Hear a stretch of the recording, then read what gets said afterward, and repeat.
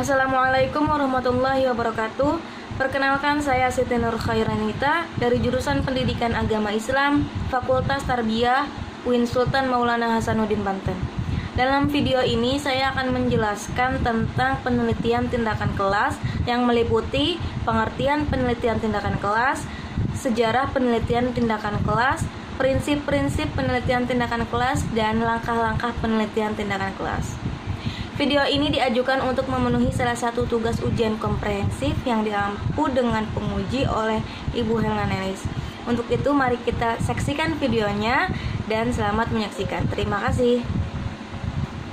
Penelitian tindakan kelas atau biasa kita sebut dengan PTK, bisa juga disebut dengan Classroom Action Research, merupakan penelitian yang terjadi di dalam kelas berupa tindakan yang dilakukan untuk memperbaiki proses belajar mengajar guna meningkatkan hasil belajar siswa yang lebih baik lagi dari sebelumnya.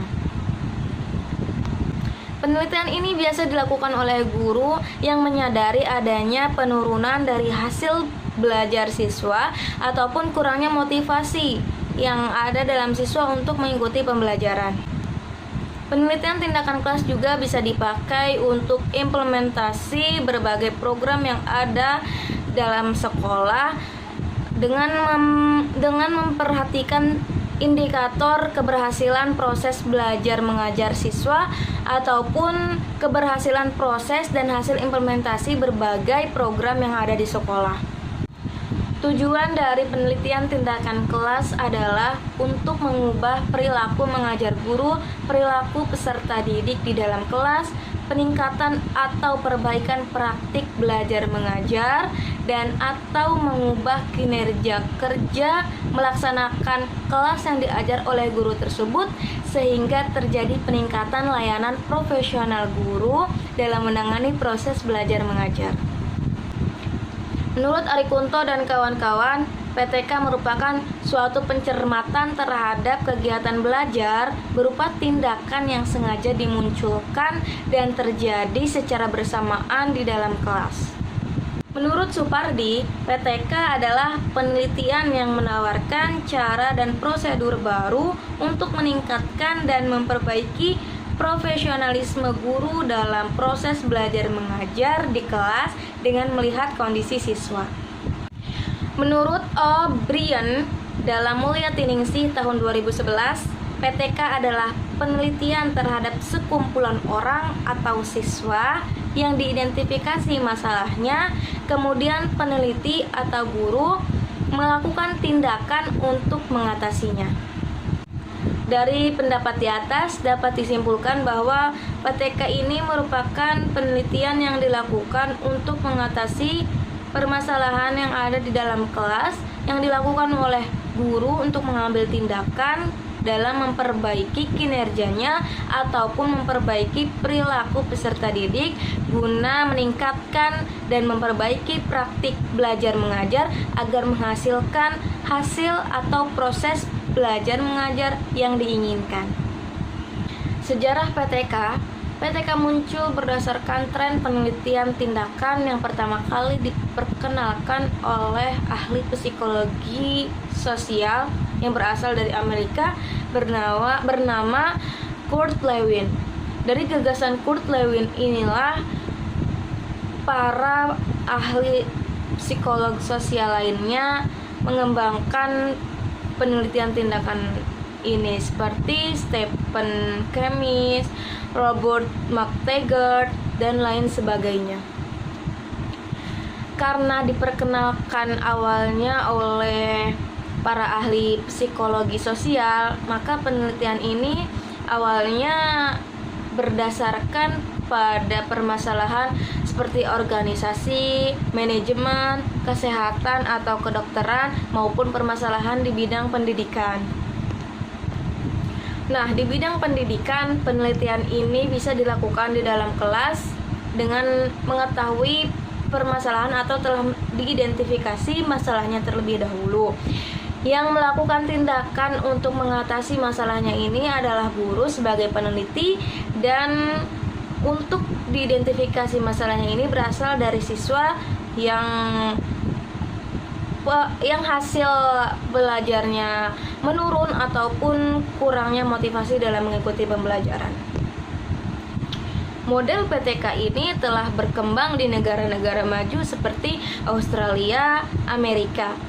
Para ahli-ahli di negara tersebut menganggap bahwa cara ini adalah prosedur terbaru ataupun cara terbaik untuk memperbaiki dan meningkatkan proses belajar mengajar di dalam kelas. PTK juga menurut para ahli di negara tersebut telah menawarkan untuk bisa meningkatkan profesionalisme guru sebagai pendidik dalam meningkatkan kinerjanya untuk belajar mengajar di dalam kelas. PTK ini telah hadir di Indonesia pada tahun 1980-an, di mana PTK telah berkembang pesat di negara-negara maju, sehingga PTK ini bisa dijadikan landasan untuk mengatasi permasalahan yang ada di dalam kelas. PTK ini semakin menjadi tren di kalangan para profesional karena dianggap sebagai pemecah masalah dan peningkatan di berbagai bidang. Dari sinilah dengan melaksanakan tahap-tahap PTK, guru dapat menemukan solusi atas masalah yang terjadi di dalam kelasnya, sehingga dapat meningkatkan kinerja mengajarnya dengan menerapkan teori yang beragam dan praktik pengajaran secara relevan. Hopkins mengemukakan ada 6 prinsip yang harus diperhatikan oleh guru dalam melaksanakan penelitian tindakan kelas. Prinsip-prinsip itu adalah sebagai berikut. Yang pertama adalah penelitian tindakan kelas hendaklah tidak mengganggu tugas utama guru dalam proses belajar mengajar.